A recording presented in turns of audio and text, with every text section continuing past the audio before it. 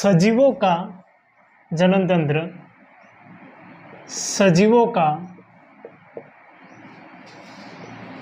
विशिष्ट लक्षण, सजीवों का विशिष्ट लक्षण जिससे वे अपने समान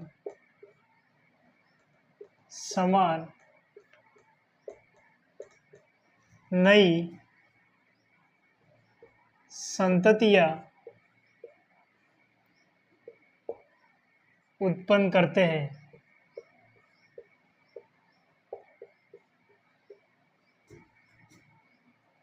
क्या कहलाता है? जनन कहलाता है। जनन तंत्र में जनन तंत्र, ठीक है, इसमें प्राथमिक जननांग तो क्या हो गया? प्राथमिक जननांग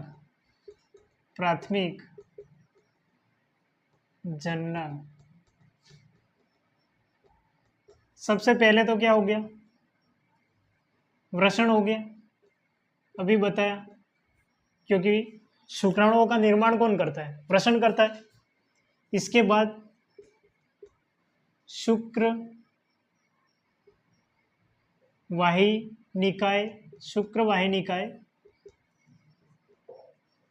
अर्धवृषण,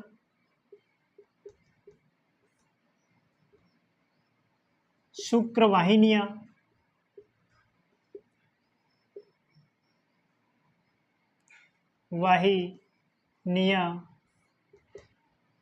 इसके बाद शुक्राशय और अंत में आ जाएगा शिश्न। क्लियर है? प्राथमिक जननांग सबसे पहले वृषण आ जाएगा, इसके बाद शुक्रवाहिनियां, अर्धवृषण, शुक्रवाहिनियां, शुक्राशय और शिश्न। इधर देखो एक चीज, इधर देख लो, ये क्या है? वृषण है। वृषण दो होते हैं, वृषण है, ठीक है। वृषण के चारों ओर क्या होता है? अर्धवृषण। क्या होता है? अर्धवृषण। यहां से क्या निकलती है? शुक्रवाहिनिका। फिर यहां से क्या निकलती है? शुक्रवाहिनियां। ये क्या चीज है? शुक्राशय, ठीक है। ये जो आ गया वो क्या हो गया? शिश्न, ठीक है। क्या हो गया? शिश्न हो गया। सबसे पहले तो क्या आ जाएगा? वृषण, ठीक है। ये वृषण के चारों ओर अर्धवृषण। क्या निकल रहा है यहां से? शुक्रवाहिका, ठीक है। ये क्या कहलाता है? शुक्रवाहिनियां।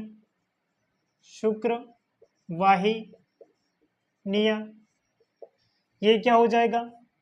शुक्राशय, और ये हो जाएगा अंततः शिश्न। क्या हो जाएगा? शिश्न। अब ध्यान से इधर देखो, शुक्राणु का निर्माण कहाँ होता है? शुक्राणु का निर्माण होता है वृषण में। कहाँ होता है? क्या होता है? वृषण में होता है। वृषण में भी कहाँ होता है? वृषण में भी कहाँ होता है? यहाँ पे ये जो संरचना होती है सेम टू सेम यहाँ भी होगी। ये जो संरचना होती है, ये संरचना क्या होती है? इसे क्या बोलते हैं? लीडिंग कोशिकाएं। क्या कहते हैं? लीडिंग कोशिका। इसके बाद वृषण के चारों ओर ये जो संरचना होती है, इसे कहा जाता है सर्टोली कोशिका। क्या कहा जाता है? सर्टोली, सर्टोली कोशिका।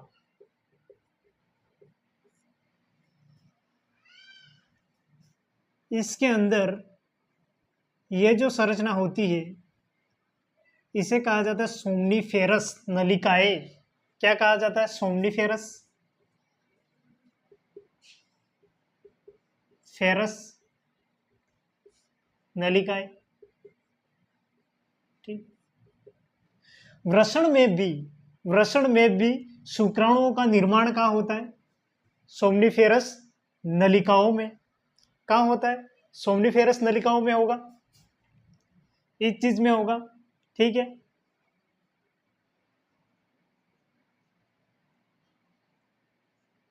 ये हो गया, ये संरचना हो गई। ठीक है, सोमनीफेरस नलिकाओं में क्या होता है? शुक्राणुओं का निर्माण होता है। फिर जो सर्टोली कोशिका, ये जो संरचना है, ये क्या कार्य करती है? शुक्राणुओं को पोषण देने का कार्य कौन करता है? कौन करता है? सर्टोली कोशिका करती है, सर्टोली। और जो ये लीडिंग कोशिका है, ये जो लीडिंग कोशिका है वो क्या करती है? लीडिंग कोशिका मनुष्य में, हमारे शरीर में टेस्टोस्टेरोन जो हार्मोन होता है, टेस्टोस्टेरोन हार्मोन, स्टेरोन हार्मोन निकालती है। कौन निकालती है? लीडिंग कोशिकाएं। कौन निकालती है? लीडिंग कोशिकाएं। और ये जो सर्टोली कोशिका होती है वो शुक्राणुओं को पोषण देने का कार्य करती है। इसके बाद शुक्राणु जो है वृषण से निकलते हैं, किसके जरिए? शुक्रवाहिका के द्वारा। किसके द्वारा निकलते हैं? शुक्रवाहिका के द्वारा निकलेंगे। ठीक है, शुक्रवाहिका के द्वारा निकलकर कहाँ जाते हैं? अर्धवृषण में। अर्धवृषण जो है, ये जो चीज है, ये क्या है? अर्धवृषण, अर्धवृषण है। तो यहाँ पर क्या होता है? परिपक्वन होता है। क्या होता है? परिपक्वन होता है। परिपक्वन होने के बाद शुक्राणु शुक्रवाहिनी के द्वारा, शुक्रवाहिनियां क्या करती है? शुक्राणुओं को शुक्राशय में पहुंचाने का कार्य कौन करती है? शुक्रवाहिनियां। शुक्राणु को शुक्राशय में पहुंचाने का कार्य कौन करता है? शुक्रवाहिनियां। यहां से शुक्राणु निकलकर शुक्रवाहिनी के द्वारा कहाँ जाएंगे? शुक्राशय में जाएंगे। फिर शिश्न के द्वारा बाहर निकल जाते हैं। क्या होता है? शिश्न के द्वारा बाहर निकल जाते हैं। लेकिन मनुष्य में मूत्र मार्ग और वीर्य मार्ग एक ही होता है। मूत्र मार्ग और वीर्य मार्ग एक ही होता है। हम सब जानते हैं मूत्र थोड़ा सा अम्लीय होता है। मूत्र क्या होता है? अम्लीय होता है। अम्लीय होने के कारण यह शुक्राणुओं को समाप्त कर देता है, शुक्राणुओं को समाप्त कर देता है। इसलिए यहाँ पर क्या होता है? काउपर नामक ग्रंथियां होती है। क्या होती है? काउपर नामक ग्रंथि होती है। और यहाँ पे होती है प्रोस्टेट ग्रंथि। प्रोस्टेट ग्रंथि, काउपर नामक जो ग्रंथि होती है वो एक लिक्विड निकालती है, एक लिक्विड क्षारीय तरल पदार्थ निकालती है, जिससे मूत्र की जो अम्लीयता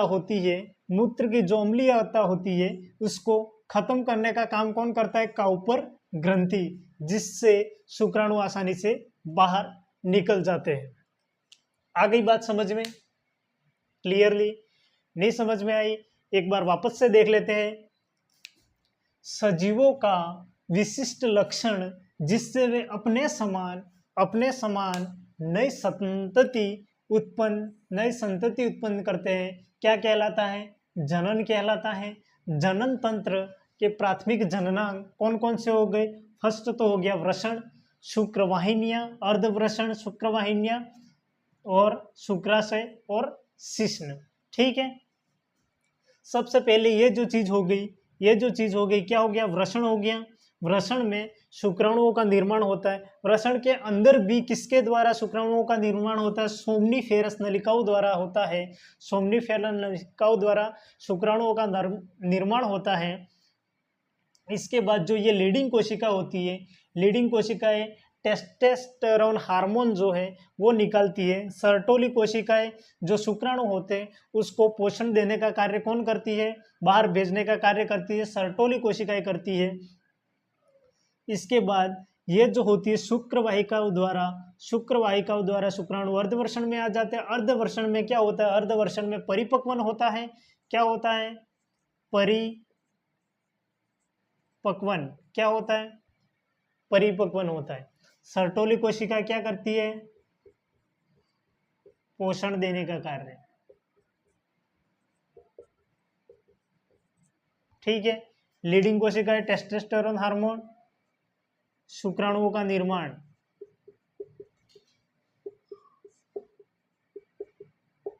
शुक्राणु का निर्माण, ठीक है। इसके बाद परिपक्वन होगा। परिपक्वन होने के बाद शुक्राणु शुक्रवाहिनी के द्वारा कहाँ पहुँचते हैं, शुक्रवाहिनी के द्वारा कहाँ पहुँचते हैं, शुक्राशय में पहुँचते हैं। कहाँ पहुँचते हैं, यहाँ पर पहुँचते हैं शुक्राशय में। इसके बाद शिश्न के द्वारा बाहर निकल जाते हैं। लेकिन मनुष्य में मूत्र और वीर्य का मार्ग एक ही होता है। मूत्र अम्लीय होता है जिससे शुक्राणु नष्ट हो जाते हैं। लेकिन यहाँ पर जो काउपर ग्रंथि होती है इसके द्वारा एक क्षारीय तरल पदार्थ निकलता है जो अम्लीयता को नष्ट कर देता है। इसके बाद शुक्राणु आसानी से शिश्न के द्वारा बाहर निकलते हैं। ये हो गया नर जनन तंत्र, ये तो हो गया नर जनन तंत्र, ठीक है। इसके अलावा एक शुक्राणु के निर्माण में कितना समय लगता है, एक शुक्राणु के निर्माण में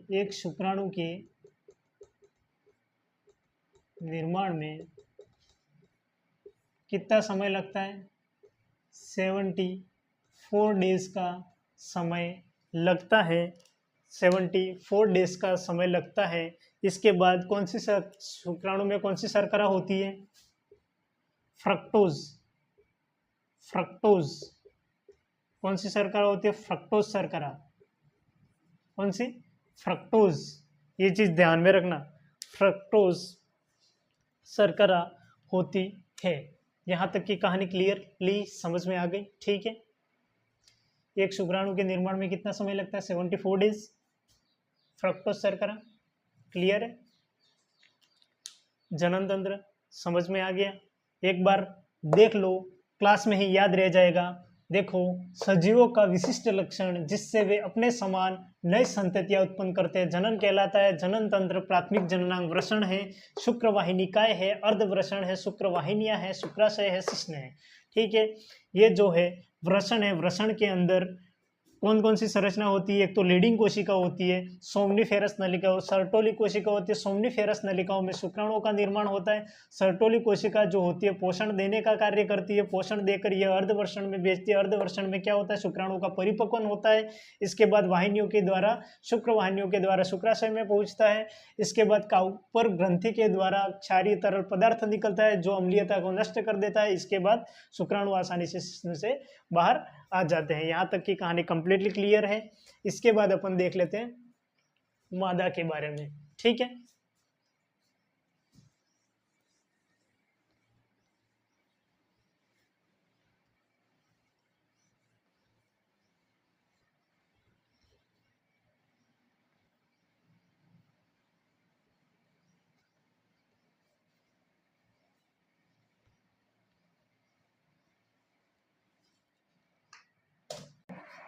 वृषण जिस थैली में रहता है उसे क्या कहते हैं, थैली। क्या कहते हैं इसे, स्क्रोटम। क्या कहते हैं, स्क्रोटम। वृषण जो है 8वें महीने में बाहर आता है। 8वें महीने में पहले कहाँ होता है, पहले वृषण जब भ्रूण होता है तब वृषण उदर गुहा में होता है। कहाँ होता है, उदर गुहा में होता है। जब भ्रूण होता है तब कहाँ होता है, उदर गुहा में। उदर गुहा में होता है, लेकिन 8वें महीने में बाहर आ जाता है। बाहर क्यों आता है? शरीर का टेम्परेचर कम किया। तो वृषण से किसका निर्माण होता है? शुक्राणु का निर्माण होता है। वृषण से शुक्राणु का निर्माण होता है। बॉडी में टेम्परेचर अधिक होता है जिससे शुक्राणु का निर्माण नहीं हो पाता है। तो टेम्परेचर को कम करने के लिए वृषण को बाहर आना पड़ता है। ठीक है, यहां तक समझ में आ गया। 8वें महीने में वृषण जो है बाहर आते हैं। कुछ कुछ लोगों में वृषण उदर गुहा में ही रह जाता है। कहाँ रह जाता है? उदर गुहा में ही रह जाता है। इसे क्या कहते हैं? नपुंसकता।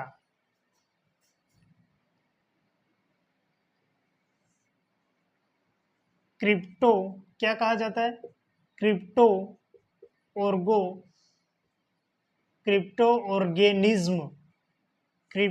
ऑर्गेनिज्म क्या कहा जाता है?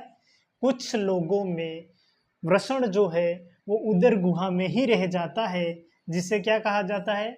नपुंसकता, क्रिप्टो ऑर्गेनिज्म। ठीक है, इसके बाद ध्यान से इधर देखिए एक चीज और। शुक्राणु जो होता है किस प्रकार से होता है? शुक्राणु, इसका जो अग्रभाग होता है, टोपीनुमा जो अग्रभाग होता है, इसको क्या कहा जाता है? क्या कहा जाता है? एक्रोसोम कहा जाता है। इस भाग को क्या कहा जाता है? पूंछ। ठीक है, एक्रोसोम का निर्माण किससे होता है? गोल्जी का से। ठीक है, किससे होता है? गोल्जी का से। शुक्राणु के खोजकर्ता कौन थे? शुक्राणु के खोजकर्ता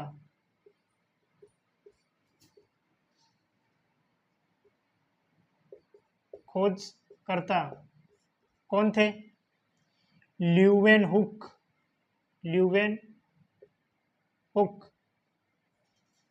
ठीक है, ल्यूवेनहुक थे। ठीक है, एक शुक्राणु के निर्माण में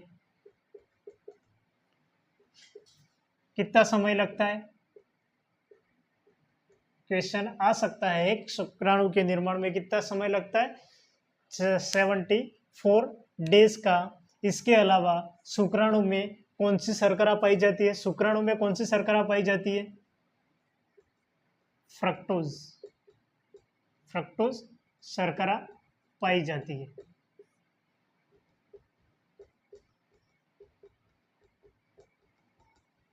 ठीक है, आ गया समझ में? नर